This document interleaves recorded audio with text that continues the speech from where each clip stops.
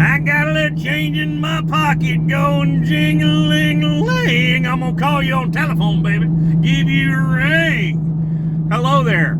Just got done with a swap meet in Sumter County and got a little jingle in my pocket now, so gonna go home and work on some various vehicles. I've got small stuff and big stuff to do, although I am kind of taking my time, taking the back roads because that's where all the cool cars are. I'd hate to miss something out here. I'm the kind of guy who, instead of being home in an hour, it's going to be probably 4, because not only will I find stuff, I'm going to stay and talk to the person for way too long. Got my 35s on there. What do you guys think? 2-wheel drive. That Florida way of doing things. My girlfriend found some pine berries at the store. Well, my fingernails look good, don't they? They're not a mixture of like a pine tree and a berry. It's a pine apple and a strawberry. I'm gonna try this. You gonna try one?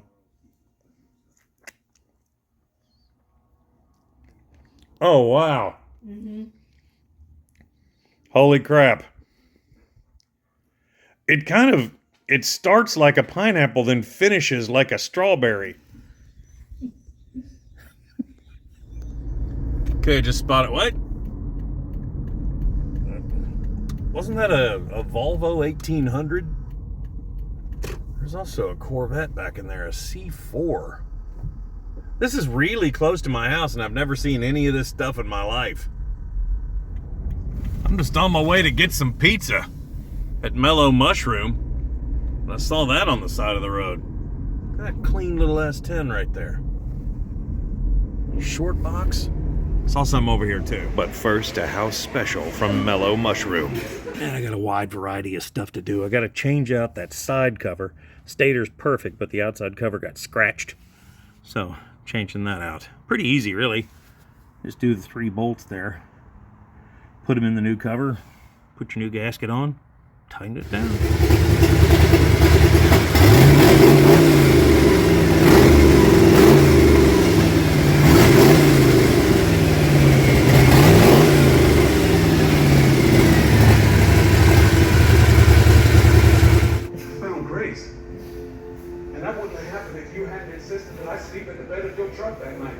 Minding my own business last night, watching an episode of Sleeper Dude. And I saw an ad for this. This being 2 things, the bike and the trailer. Got a killer deal. I basically gave for both of them what one of them should have cost. It's a typical, 4x8 trailer, drop bed. As you can see, it has the little wood rails on the side. Decent tires, aluminum rims that have been painted or plastic coated black. Kind of weird. But that, inside there, is a 2005 600cc Suzuki Katana with absolutely terrible paintwork. That's kind of a thing in Florida. When you're up north, you see a lot of really nice bikes because they don't get driven enough. But down here, man, I see that exhaust. I can just imagine how terrible that's gonna sound. But it's a 2005, and the bike looks like it's not that far from being a running thing, so I'm gonna mess with that now.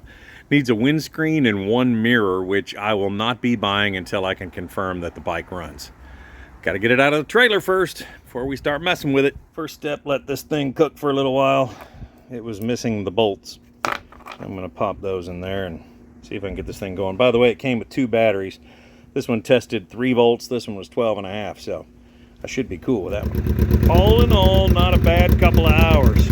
Man, wait till you see all the stuff I've done. Sometimes you just have to get in here and defunkify. In this case, there's a relay on here, a solenoid relay, and here's the plug, and here is the solenoid relay. However, this plug does not fit on that. So I thought, well, I tested everything, and 2 of the wires had 12 volts to them. And then when you turn the key forward, it basically jumps over and makes it so the other side is powered up, which would power up the starter. So I hooked up everything just by making some jumpers on the 4 wires. Then it still did nothing, which made me understand finally why he had this really janky switch here, which does not work. So I thought, well, totally throw that away. And I finally had to get some pliers and just bridge that right there, and it cranked, and I got it to start and everything. And then I started messing with the fuel lines. The fuel line was not even connected, and the vent lines, and there's just all this stuff that was not connected. The tank was not bolted down. It's just, I'm going through and defunkifying it. These, in case you've messed with a bike very much at all, this is always a turn signal, the little bitty jobs.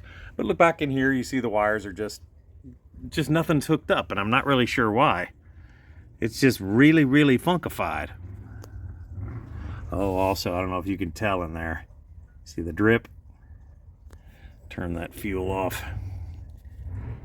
Yeah, the carburetors, like any bike that sits for a while, especially one in Florida, they're overflowing and stuff, so I'm going to go in there, and I'm not entirely sure I'm going to mess with them. I may just punt this thing, but you did see it running, so we got that going for us, right?